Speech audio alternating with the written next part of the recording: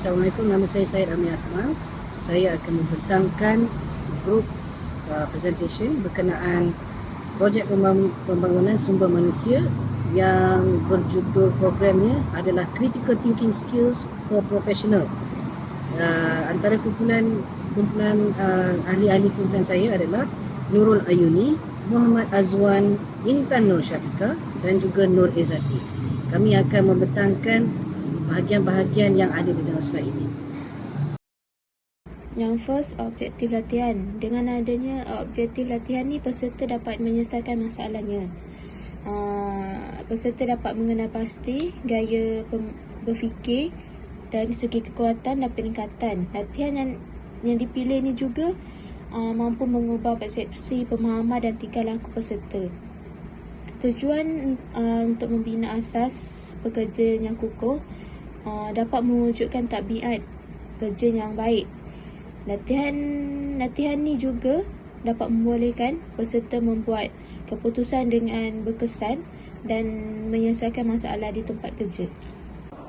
Topik yang pertama is pengenalan, iaitu kajian kes mengenai cara peserta menyelesaikan masalah di tempat kerja, menganalisa pengalaman dan cabaran yang dihadapi serta mencari penyelesaian yang sesuai untuk situasinya. Yang kedua, pentingnya mempunyai kesedaran sebagai seorang ketua di tempat kerja. Kesedaran dapat membantu peserta membuat keputusan yang lebih bijak, mengelakkan kesilapan yang tidak perlu dan mempuku hubungan yang lebih baik dan kaki tangan dalam setiap organisasi. Okay, so next topik yang kedua ialah brainstorming. First, cara menyelesaikan masalah yang dihadapi oleh peserta semasa menjalankan tugasan di dalam organisasi ada 5, iaitu mengenal pasti masalah, mengenal pasti punca, mencadangkan penyelesaian, mengambil tindakan dan pembelajaran dan peningkatan. Yang kedua, teknik menyelesaikan masalah di bawah kawalan peserta ada 3, iaitu pemikiran kreatif, menganalisis SWOT dan perancangan langkah demi langkah. Okay. Topik 3, menganalisa pilihan. 1. Kelebihan dan kelemahan dalam menyelesaikan masalah yang dihadapi oleh peserta. Jadi kelebihan pertama adalah kepelbagaian pendekatan. Kelebihan yang kedua adalah pengetahuan yang mendalam. Kelebihan yang ketiga adalah penglibatan dan motivasi. Kita pergi kepada kelemahan pula adalah kekurangan kesedaran, kekurangan kelemahan, dan yang ketiga adalah kekurangan sumber dan sokongan. Untuk peruntukan dan perbelanjaan pula, peserta yang melalui program latihan critical thinking ini, dia mendapat peluang untuk mempelajari cara-cara untuk membuat peruntukan dan juga perbelanjaan di dalam organisasi. Pengajar yang mengajar peserta ini, dia akan bertanyakan dengan cara soal jawab tentang pengagihan bajet untuk latihan, menetapkan jumlah dana untuk pelaksanaan dan latihan, menentukan jumlah perbelanjaan bagi aktiviti, pemasaran, pembangunan atau operasi harian.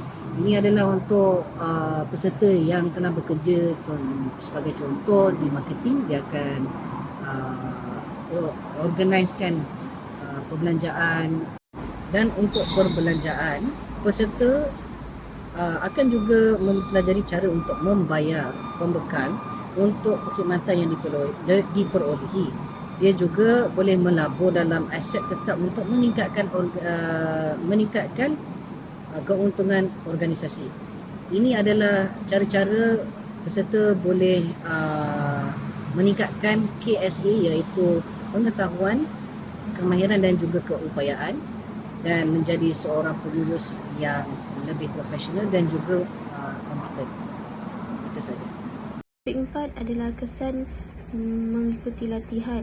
Yang first adalah kebolehan membuat keputusan dengan lebih bijak. Selepas peserta masuk ke latihan ni, peserta dapat meningkatkan lagi kebolehan membuat keputusan tu dengan lebih bijak. Yang nombor 2 adalah berkomunikasi dan perbincangan dengan lebih baik.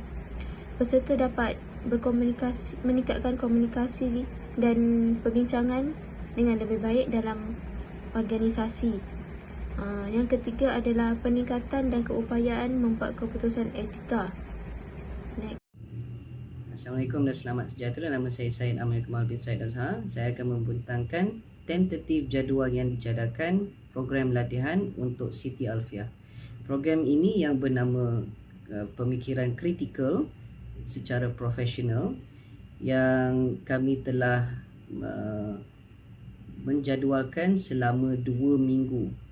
Untuk 2 minggu ini terdapat 4 topik yang sesuai untuk Siti Alfiah sebagai peserta, iaitu topik 1 pengenalan, topik 2 brainstorming, topik 3 adalah menganalisa pilihan, topik 4 adalah cadangan, penglibatan dan maklum balas.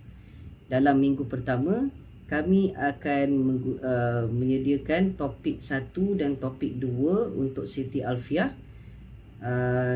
dalam jangka masa pukul 9 pagi hingga 9.30 pagi untuk bahagian pertama, iaitu sesi pertama, dan ada waktu rehat pada 9.30 pagi hingga ke 10 pagi, setengah jam sahaja. Lepas itu Siti Alfiah akan menggunakan masa yang selebihnya pada sesi kedua, iaitu pukul 10 pagi hingga 10.30 pagi untuk menghabiskan topik 1 pada 23 September 2023.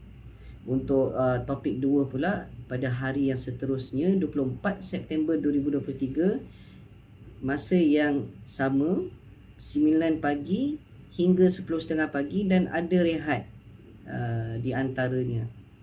Minggu kedua pun pada 30 September hingga 1 Oktober 2023. Topik 3 dan topik 4 adalah satu topik satu hari, pukul 9 pagi hingga 10.30 pagi, dan ada masa rehat di antaranya.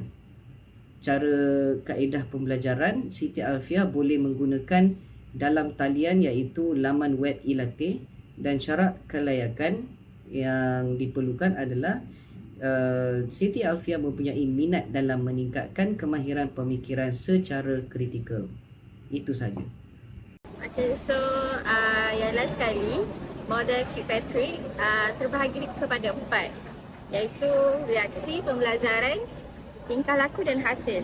So dari segi reaksi, peserta dapat memahami apa yang disampaikan dan latihan yang tidak membosankan.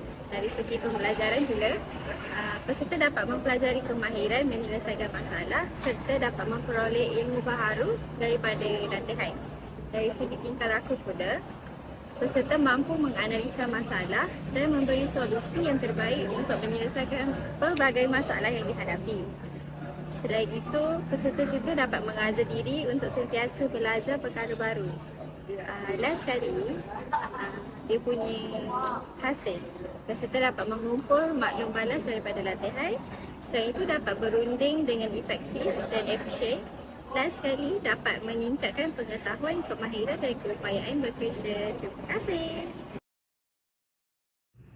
Secara kesimpulannya, Siti Alfiah iaitu peserta yang telah menjalani program latihan Critical Thinking for Professionals telah meningkatkan KSA beliau, iaitu Knowledge, Skill dan Ability sebagai seorang pengurus, dan juga meningkatkan kemahiran beliau untuk menyelesaikan masalah di tempat kerja. Program latihan ini adalah percuma dan boleh dicari di laman official e-latih. Program ini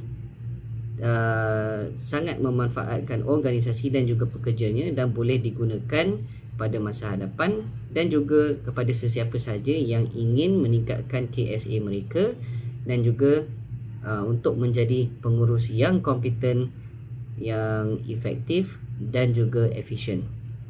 Itu sahaja daripada kami. Sekian, terima kasih.